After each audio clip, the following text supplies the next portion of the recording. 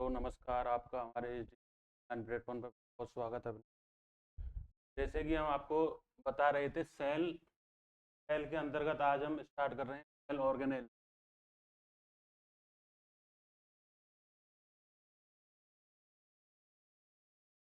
Cell organelles के बारे में हम बात कर रहे हैं। तो सेल ऑर्गेनेल्स दो प्रकार के होते हैं मुख्य रूप से। दो प्रकार कौन कौन से हैं? एक तो होते हैं membrane less cell organelles,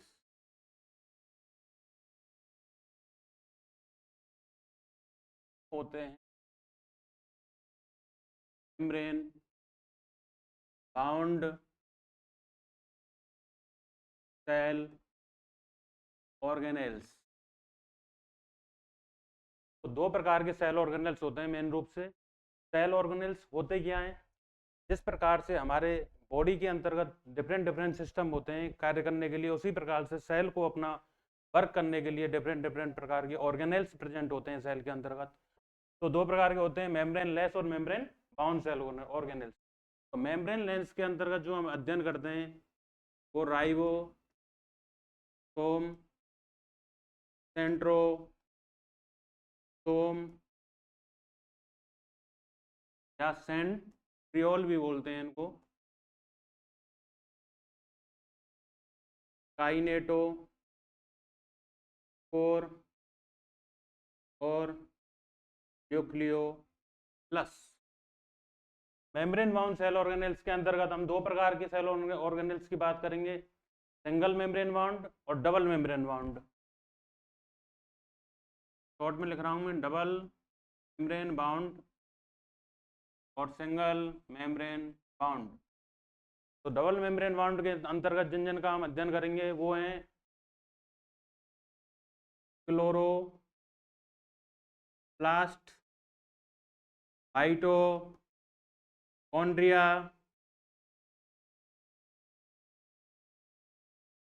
nucleus. इनका हम अध्ययन मेनली करेंगे। और single membrane bound cell organelles के अंतर्गत हम मेनली जो अध्ययन करेंगे, और इसमें जो अध्ययन करेंगे हम वो गोल्जी बॉडी लाइसोसोम। इसके अलावा मैं बात करूं तो एंडोप्लाज्मिक रेटिकुलम, वैक्यूल, और जो भी डिफरेंट डिफरेंट टाइप के सेल ऑर्गेनेल पर इधर लिख देता हूं मैं, चलो, पैरोक्सिसोम,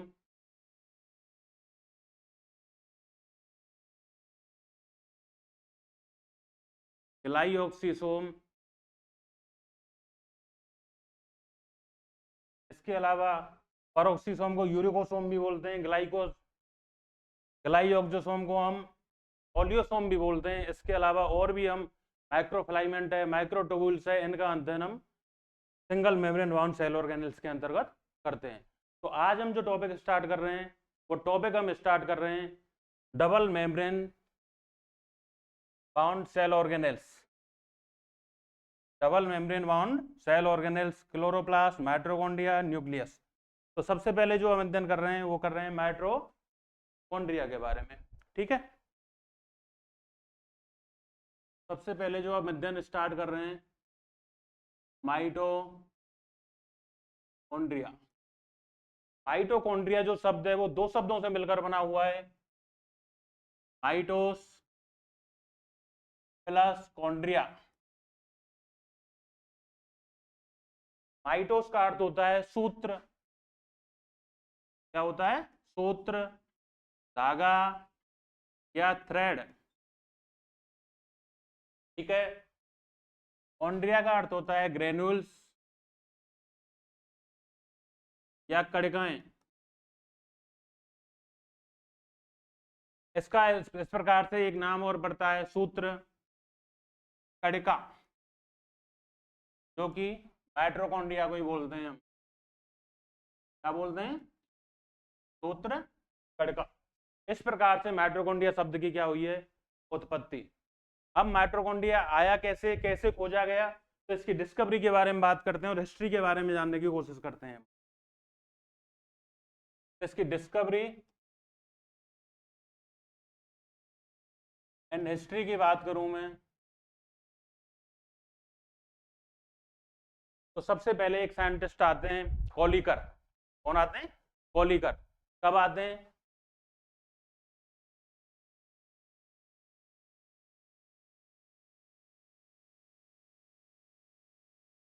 सन 1880। और ये देखिए मसल्स जो होती हैं इंसेक्ट की, linear muscles of insect,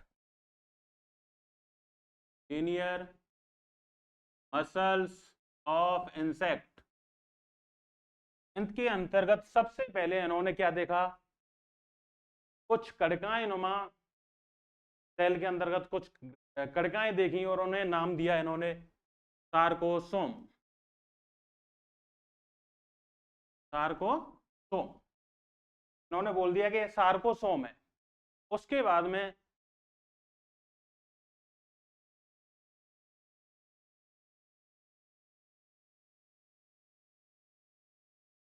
Altmann आए और अल्टमान ने 1894 में, सन 1894 में इन ग्रेन्यूल्स को क्या कहा, बायोप्लास्ट।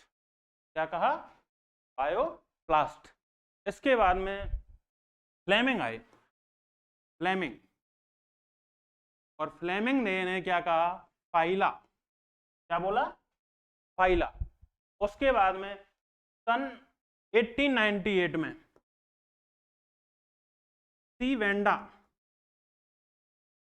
या सी का मतलब होता है कार्ल वेंडा, इन्होंने क्या कहा, माइटोकॉन्ड्रिया शब्द दिया कि ये माइटोकॉन्ड्रिया हैं।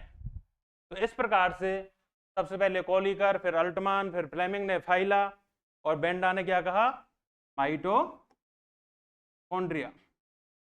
अब यहां दो चीजें हैं, नाम किसने दिया, तो कॉल्ड वेंडा ने। खोज का श्रेय किसको जाएगा, तो डिस्कवरी का श्रेय जिसको जाता है तो वो जाता है अल्टमान एंड फ्लेमिंग, अल्टमान और फ्लेमिंग को जाता है। तो इस प्रकार से इसकी डिस्कवरी और हिस्ट्री की बात होती है। आगे चलते हैं, इसकी शेप क्या है, साइज क्या है, नंबर्स में कितने हैं, क्या है, आगे हम डिटेल स्टडी करते हैं इसकी। तो इसकी जो साइज है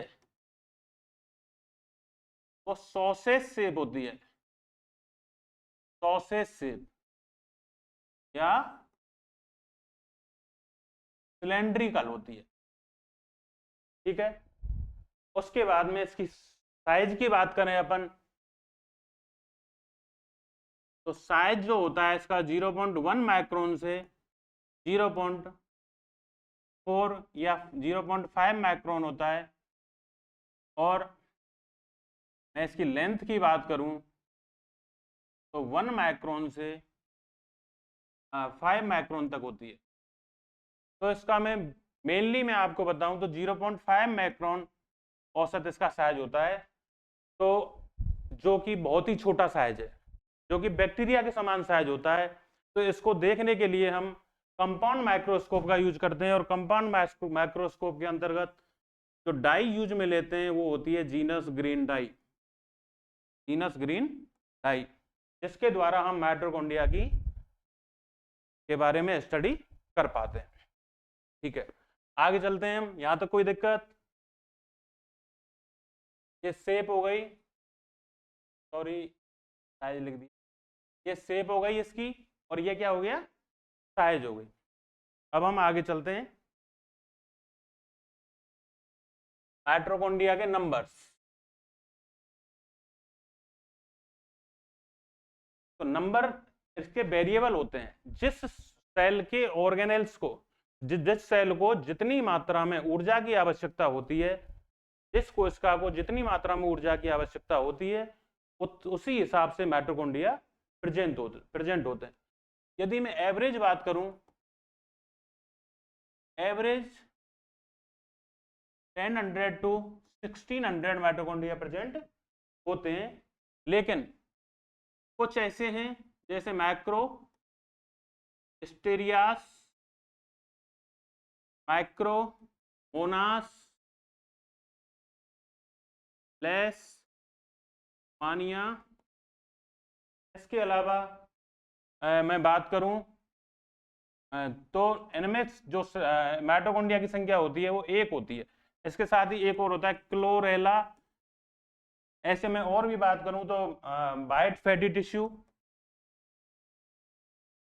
और कुछ ऐसे भी हैं जिनमें लाखों में माइटोकॉन्ड्रिया की संख्या होती है, जैसे ह्यूमन एग, जैसे ह्यूमन एग जिसमें up to 1 lakh mitochondria present होता है। एक में जैसे चियोस जॉइंट अमीबा होता है जिसमें 5 लाख तक माइटोकॉन्ड्रिया प्रेजेंट होते हैं। तो सेल को जितनी एनर्जी की आवश्यकता होती है उसी प्रकार से माइटोकॉन्ड्रिया की संख्या वेरी करती है। जैसे उड़ने वाले जो पक्षी होते हैं, फ्लाइट जो करते हैं, उड़ते हैं, उनमें माइटोकॉन्ड्रिया की संख्या बहुत ज्यादा होती है। जैसे हमारी हार्ट मसल्स हैं जो लगातार वर्क करती हैं, उनमें माइटोकॉन्ड्रिया की संख्या बहुत ज्यादा होती है। कुछ ऐसी हैं जिनमें, जैसे हमारी स्किन है, तो स्किन में माइटोकॉन्ड्रिया की संख्या बहुत कम होती है। तो इस प्रकार से इसका नंबर है वो वेरी करता रहता है, जिसमें जितनी एनर्जी उसमें उतनी उसी प्रकार से माइटोकॉन्ड्रिया की संख्या होती है। इसका मेनली काम क्या है? एनर्जी प्रोड्यूस करना। तो एनर्जी प्रोड्यूस कैसे करता है? जैसे हम क्या लेते हैं, ग्लूकोज के रूप में भोजन बनता है, तो ग्लूकोज को तो तोड़ने का काम होता है जो कि श्वसन के रूप में होता है। तो उसमें चक्र चलते हैं जैसे ग्लाइकोलाइसिस, क्रैप, ईटीएस। तो उनमें से कुछ चक्र जो चक्र हैं उनमें माइटोकॉन्ड्रिया का यूज होता है, और जिसके फलस्वरूप क्या होता है? एनर्जी का निर्माण होता है। इसके बाद में मैं इसकी स्ट्रक्चर के बारे में बात करूं, स्ट्रक्चर एंड फंक्शंस। जैसे मैं स्ट्रक्चर की बात करूं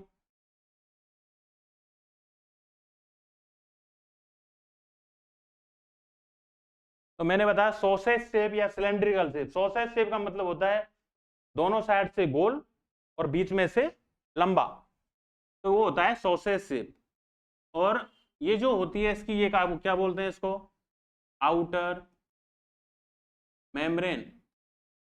क्या बोलते हैं? Outer membrane. इसके अंतर्गत जो मेम्ब्रेन मिलती है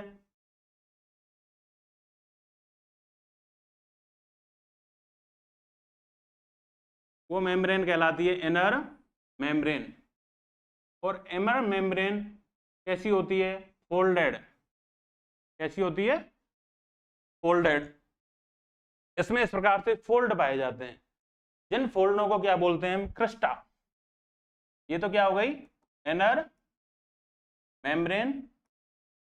और ये क्या बोलते हैं इनको? क्रिस्टा। और इनका प्लूरल जो होता है क्रिस्टी। एक से ज्यादा होते हैं तो क्रिस्टी कहलाते हैं। इनकी जो आउटर मेम्ब्रेन और इनर मेम्ब्रेन है, इसको दो बराबर एक्वस जलीय कक्षों में विभाजित करती है। जिस प्रकार से ये जो स्पेस है, ये जो स्पेस है ये कहलाता है peri mitochondrial space. Peri mitochondrial space, या फिर इसको क्या बोलते हैं? इंटर माइट्रो इनर मेम्ब्रेन माइटोकॉन्ड्रियल स्पेस। दोनों मेम्ब्रेन के बीच का स्पेस, जो इसमें जो भरा हुआ होता है एक्वस पदार्थ, वो कहलाता है साइटोसॉल। और जो इनर मेम्ब्रेन के अंदर जो भरा हुआ होता है उसको बोलते हैं मैट्रिक्स। जैसे सेल के अंतर्गत साइटोप्लाज्म होता है, न्यूक्लियस के अंदर न्यूक्लियोप्लाज्म होता है, उसी प्रकार माइटोकॉन्ड्रिया के जो अंदर बोलते हैं वो बोलते हैं मैट्रिक्स। उसी प्रकार क्लोरोप्लास्ट के अंतर्गत जो बोलेंगे वो बोलेंगे स्ट्रोमा। मतलब वही है, साफ है, एक ही चीजें हैं, कोई अंतर नहीं है। इसमें एक चीज और आती है, यदि मैं क्वेश्चन आता है, यदि मैं माइटोकॉन्ड्रिया की बाहरी मेम्ब्रेन को हटा दूं बाहरी मेम्ब्रेन को हटा दूं, तो जो माइटोकॉन्ड्रिया है वो क्या कहलाता है? तो वो कहलाता है माइटोब्लास्ट। क्या बोलते हैं? माइटोब्लास्ट। एक क्वेश्चन और याद आ रहा है कि एक सेल के अंतर्गत जितने भी माइटोकॉन्ड्रिया होते हैं, चाहे वो कितने भी हों, तो वो एक साथ कहलाते हैं कॉन्ड्रियोम। क्या कहलाते हैं? कॉन्ड्रियोम। एक क्वेश्चन और है कि जो उनमें फ्लैजिला प्रेजेंट होते हैं, उनके अंतर्गत माइटोकॉन्ड्रिया को क्या बोला जाता है? तो वहां बोला जाता है काइनेटोप्लास्ट। क्या बोला जाता है? काइनेटोप्लास्ट। याद रखने योग्य चीजें हैं। तो ये कहलाती है आपकी मैट्रिक्स। क्या कहलाती है? मैट्रिक्स। मैट्रिक्स के अंतर्गत डबल सर्कुलर डीएनए पाया जाता है। कैसा डीएनए होता है? Double circular mitochondrial DNA present होता है। और क्या प्रेजेंट होता है? आरएनए प्रेजेंट होता है।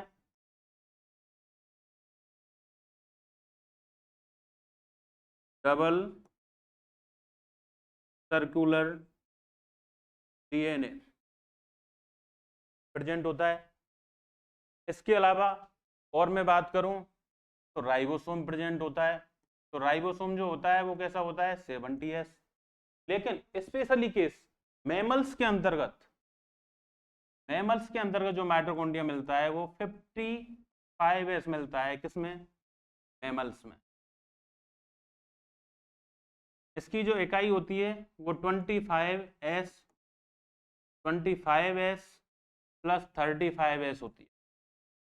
और यहाँ जो इकाई होती है वो 30S प्लस 50S इकाई। एस का मतलब होता है स्वीडेनबर्ग अपसाधन गुणांक। ये राइबोसोम पढ़ेंगे जब आपको बताएंगे कि एस क्या है, कहाँ से आया, 30 प्लस 50 80 क्यों नहीं होता, 70 क्यों होता है। तो ये सारी चीजें आप राइबोसोम में डिटेल स्टडी करेंगे। तो माइटोकॉन्ड्रिया के अंतर्गत आरएनए मिलता है, डबल सर्कुलर डीएनए मिलता है।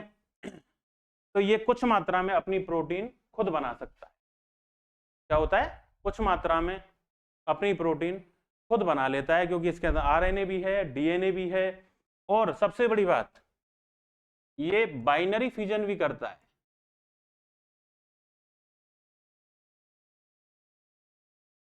तो आरएनए और डीएनए मिलने के कारण इसको सेमी ऑटोनोमस सेल ऑर्गेनेल्स भी कहते हैं। सेमी ऑटोनोमस सेल ऑर्गेनेल्स भी बोला जाता है। सेमी ऑटोनोमस सेल ऑर्गेनेल्स क्यों बोलते हैं? अर्ध स्वायत्त शासी कोशिकांग। अर्ध स्वायत्त शासी कोशिकांग का मतलब है ये भारी मात्रा में प्रोटीन के लिए तो कुछ मात्रा में ही प्रोटीन बना सकता है, लेकिन कुछ मात्रा में, लेकिन बहुत सारा कंटेंट जो होता है वो केंद्रक के नियंत्रण में होता है। तो केंद्रक के द्वारा यहाँ तो लगभग 13 प्रकार की प्रोटीन्स का निर्माण कर पाता है, लेकिन हजारों प्रकार की प्रोटीन सेल के लिए जरूरत होती है। तो हजारों प्रकार प्रोटीन के लिए ये किस पर डिपेंड होता है? न्यूक्लियस पर। कुछ काम कर रहा है लेकिन सारे काम के लिए रेस्पॉन्सिबल नहीं है। तो इसीलिए इसको सेमी ऑटोनोमस सेल ऑर्गेनेल्स बोलते हैं। इसके बाद में बात करूं जो हाँ क्रिस्टिया क्रिस्टा, जो इनर मेम्ब्रेन पर फोल्डेड स्ट्रक्चर थे वो क्या थे? Cristae crista. यहां पर कुछ कण मिलते हैं, यहां बना देता हूं, देखिए इस प्रकार से कण मिलते हैं।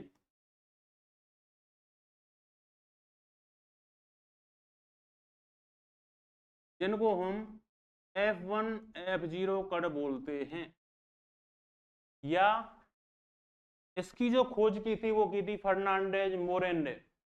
तो फर्नांडेज मोरेन पार्टिकल भी बोलते हैं। इसके अलावा एलिमेंट्री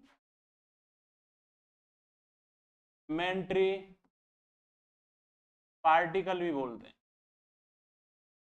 इसके अलावा ऑक्सीसोम भी बोलते हैं।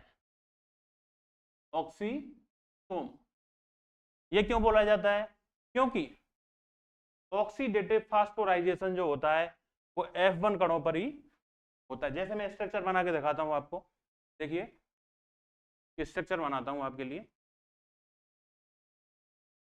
ये हमारी क्या हो गई? Inner membrane.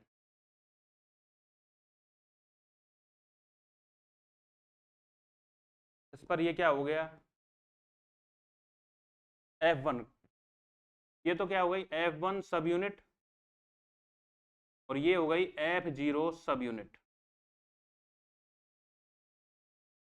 तो जो ऑक्सीडेशन होता है वो F1 कणों में होता है, ठीक है। उसके बाद ऑक्सीसोम हो गया, elementary particle, Fernandez particle, F1 F0 particle, ये सब इसी के नाम है। जो F0 सब यूनिट होती है वो इनर माइटोकॉन्ड्रिया के अंतर्गत धसी हुई रहती है, और F1 कण, इसके अलावा इसके ऊपर भी अभ्रंतीय कण होते हैं, मतलब छोटे छोटे कण होते हैं जिन्हें सब यूनिट पर्सन्स बोला जाता है। क्या बोला जाता है, सब यूनिट पर्सन्स बोला जाता है। एक क्वेश्चन, यदि माइटोकॉन्ड्रिया की मेम्ब्रेन को हटा दिया जाए तो क्या कहलाएगा, माइटोप्लास्ट। इससे आगे मैं बात करूं इसके फंक्शंस की, हमने पढ़ा सेमी ऑटोनोमस सेल ऑर्गेनेल्स पढ़ा चुके हैं, क्योंकि ये कुछ मात्रा में प्रोटीन का निर्माण कर लेता है, कुछ मात्रा में अपना काम चला लेता है। उसके बाद cell within cell organelles, आगे पढ़ाएंगे क्लोरोप्लास्ट। तो ये माइटोकॉन्ड्रिया और क्लोरोप्लास्ट दोनों को बोला जाता है, समझ में आया, cell within cell organelles. क्यों क्यों बोला जाता है, क्योंकि कोशिका के अंतर्गत माइटोकॉन्ड्रिया जो है वो अपनी प्रोटीन भी बना रहा है, काफी सारे काम कर रहा है, डबल सर्कुलर डीएनए भी पाया जाता है, ऐसा किसी भी सेल ऑर्गेनेल्स के अंतर्गत नहीं है, आरएनए भी है, तो बहुत सारी चीजें। इसकी जो उत्पत्ति है, एंडोसिम्बायोसिस थोड़ी जब पढ़ते हैं हम, तो इसकी जो उत्पत्ति मानी जाती है वो एक तरीके से बैक्टीरिया के समान है, क्योंकि दोनों में 70S राइबोसोम है, डबल सर्कुलर डीएनए पाया जाता है। और यदि मैं बात करूं तो डीएनए जो अनुक्रम होता है, डीएनए सीक्वेंस जो होता है, वो डीएनए सीक्वेंस में क्षारकों का जो अनुक्रम है, एटीसीजी जो अपन पढ़ते हैं, उनमें जो क्षारकों का अनुक्रम है, pyrimidine और प्यूरिन जो पढ़ते हैं, वो भी सेम देखा गया है। तो इसकी जो उत्पत्ति जो मानते हैं हम, वो किससे मानते हैं, बैक्टीरिया से मानते हैं। सेप भी बैक्टीरिया के समान ही होती है, बहुत छोटा होता है, तो cell within cell organelles भी बोला जाता है। सेल फर्नांस मतलब कोशिका भट्टी, कोशिका के लिए ऊर्जा का काम कर रही है, तो कोशिका भट्टी के रूप में भी जानते हैं। बैटरी स्टोरेज,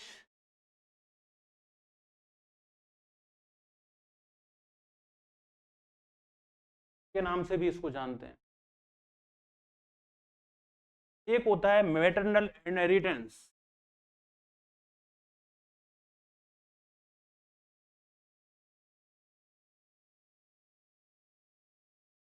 मात्रात्मक वंशागति, अर्थात जो माइटोकॉन्ड्रिया का एक पीढ़ी से दूसरी पीढ़ी में आता है वो मदर के थ्रू ही आता है। कैसे, कि जब स्पर्म ओवम के अंतर्गत जाता है तो स्पर्म का बहुत सारा पार्ट बाहर ही रह जाता है, केवल स्पर्म के अंतर्गत न्यूक्लियस जाता है।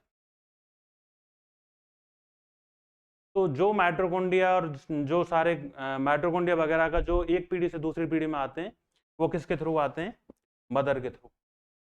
तो मैटरनल इनहेरिटेंस भी पाया जाता है। एक वाइटेलोजेनेसिस, शायद शब्द आपने सुना होगा, इसका नाम मतलब होता है पीतक निर्माण। जो एग के अंतर्गत पीला पीला पदार्थ होता है, पीतक, वाइटेलोजेनेसिस, वो भी माइटोकॉन्ड्रिया के द्वारा ही, उसमें जो माइटोकॉन्ड्रिया मिलते हैं उन माइटोकॉन्ड्रिया को हम क्या बोलते हैं, योग न्यूक्लियस। क्या बोलते हैं, योग न्यूक्लियाई। तो इस प्रकार से इसके कुछ फंक्शंस होते हैं, कुछ पॉइंट हैं जैसे कि यदि भारी मेम्ब्रेन को हटा दिया जाए तो क्या कहलाएगा, माइटोकॉन्ड्रिया। एक सेल के अंतर्गत जितने भी वो होते हैं क्या कहलाएंगे, कॉन्ड्रियम कहलाएंगे। इस प्रकार से आज हम मुझे आशा है कि आपको बहुत अच्छा समझ में आया होगा। तो कल हम अगले सेल ऑर्गेनेल्स के बारे में चर्चा करेंगे। जब तक के लिए जय हिंद, जय भारत, थैंक यू।